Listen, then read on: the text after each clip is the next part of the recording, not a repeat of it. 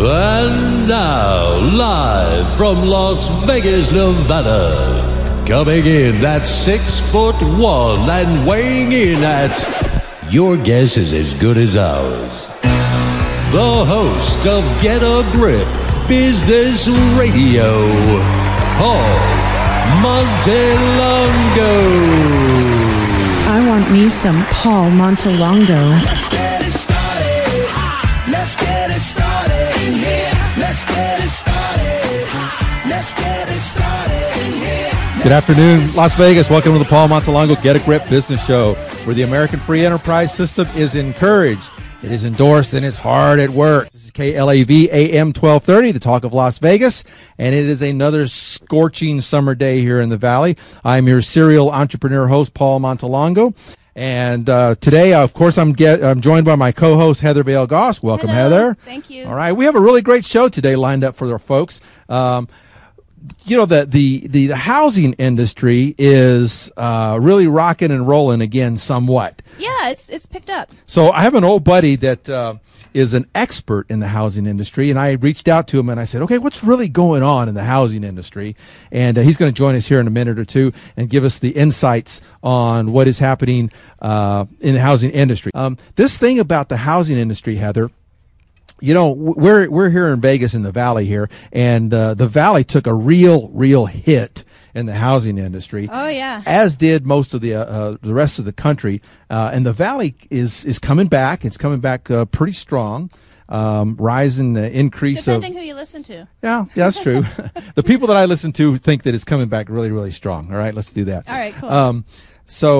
But this is happening across the country, right? So our first guest, and we're going to bring him on the phone here in just a second, and we're going to talk to him about the, what's really happening in the housing industry. My first guest is named Bob Schultz, and Bob has more than 4 decades of experience in all aspects of the home building and sales and management industry.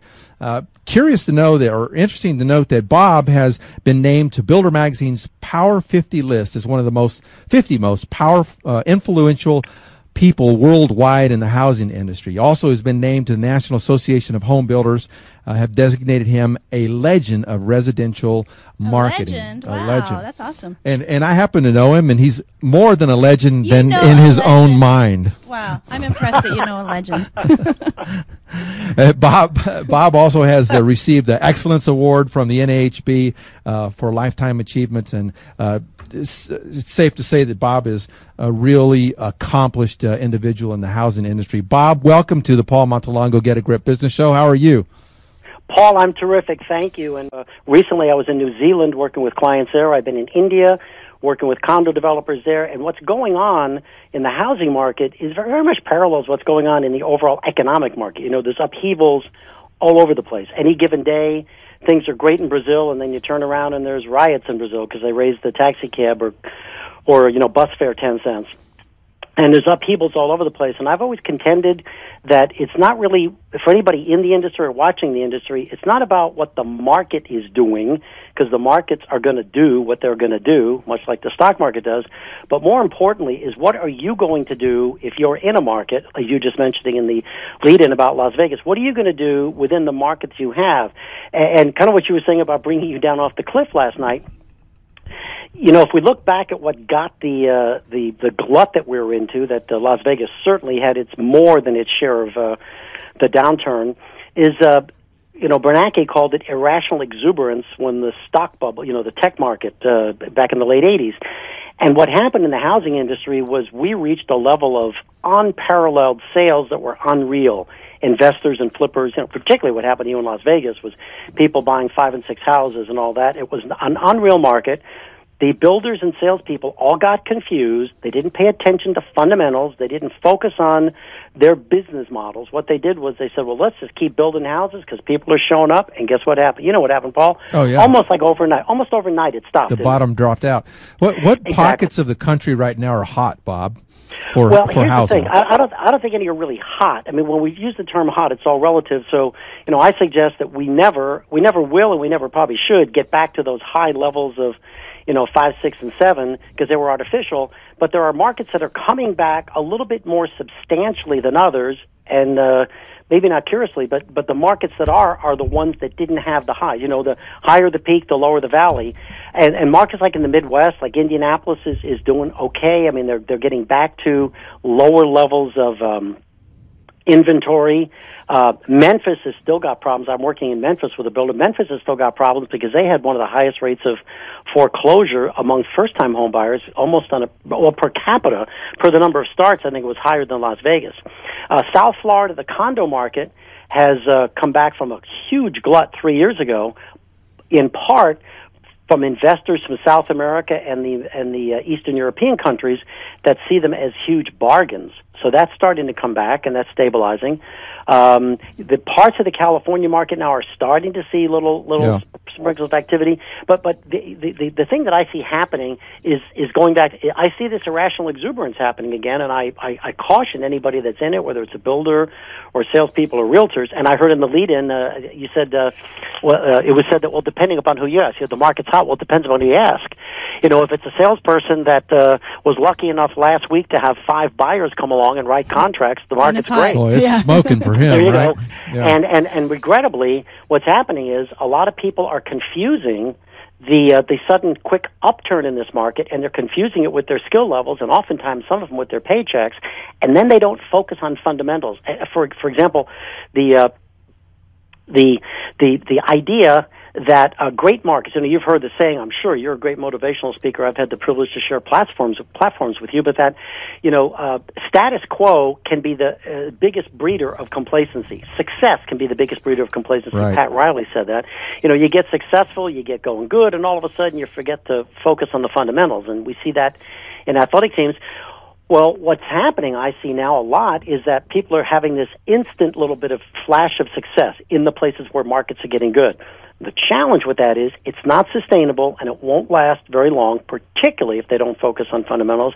And the biggest caution I can have for builders or, again, people in the industry and for buyers is if you look at the underlying economics that, Bernanke made it very clear there, didn't he, Paul? I mean, all this time, we're going to hold interest rates low. You heard him. What did he basically say? He said, hey, we're going to raise rates, right?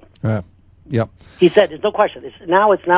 Everybody's been put on notice. The rates are going to go up. Mortgage interest rates have gone up in the last 3 weeks, darn near 0.75% in some markets. That was really my next question. What is the climate of the mortgage industry? How easy is it for people to get mortgages for these new homes? What's the impact of the recession fallout, i.e., bankruptcies and foreclosures that people have on their credit report? I mean, how is this all going to loop together to move the economy forward in the housing industry? Because you and I both know that the housing industry is at the forefront of economic recovery.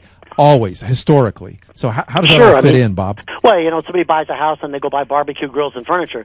Well, the part about the mortgage thing is very interesting because, there was this overcorrection relative to credit and credit, reports and debt-to-loan ratio and all that kind of stuff. But they started lightening up a little bit. They started loosening up, and a year or two ago it was really difficult. But they're starting to tighten up again. But the underlying problem with that is there are many people that are in the market that because they either had a foreclosure or through maybe no fault of their own, they had a foreclosure or they had a short sale, now their credit is, messed up for those several years and they can't get financing no matter what they do. But the real issue I see coming down is two things. Construction costs are going up. While we're on this conversation today, construction costs to some builders will increase. They're coming in every day, whether it's drywall or anything else. The costs are going up. Land costs are going up, Paul, for developers for builders, because during the time of the downturn, developers weren't developing. Of course they wouldn't. Now that there's a demand, the ones that have finished lots are charging more for them, and they're going to go out and develop. Couple the rising costs on a consistent basis with 0.25% tick up in interest rates, and there's going to be a point in time in some markets, and I hope it never happens, but it's only a matter of time. And if I had if I knew when it was, you and I would, go somewhere and sell it to somebody for $20 million. I don't know, but here's the problem: as construction costs and prices go up, and interest rates go up, and they're going to go up somewhat simultaneously, there's going to be points in time in every market where all of a sudden affordability becomes the issue. Affordability leads back to your question about the qualifying. I may want to buy a house. These are the people that didn't buy 2 and 3 years ago when everything was gloom and doom. They were sitting on the sidelines, and money was cheap. Money was waiting around for people. It was practically free. So those are the concerns I have that has to be watched carefully. Yeah. And if you're a buyer and you've got credit, buy what you can, because it's not going to be any better now. Interest rates and the prices will probably never be lower. Overall, though, and we're going to wrap up this segment here real quickly, but overall, Bob, would you say that the housing industry is making a methodical comeback, and that consumers need to be ready, able, and move on participating in the housing industry now to continue to propel the economy? Oh, without question. That's what I was just saying. If anybody is thinking about another home or new home, brand new home in particular, and they got the down payment and they can sell their existing home and they got credit, buy, because interest rates are not going to go back down. That's a given. Yeah. And costs are not going to go down. And so now is the best time for somebody to buy. Now, the methodical part, there are builders and developers that are back in the game. And the real question is, I hope they're careful that they don't overbuild and over speculate again, because then that could cause another minor drop. Right. Well, listen, Bob, I could talk to you about this topic for hours and hours and hours. I want to make sure that our listeners know how they can make themselves available of any of your resources in terms of the housing industry. Do you have a website that you can point them to? The website is New Home Specialist, no S on the end, NEWHOMESPECIALIST.com. And I'll be happy to respond to any questions people may have. My email address is on there. And, Paul, I'll be out in Las Vegas sometime down. I don't have the date yet in October, but I'm going to get with you, and let's go out and have dinner. You bet. Thank you very much, Bob Schultz.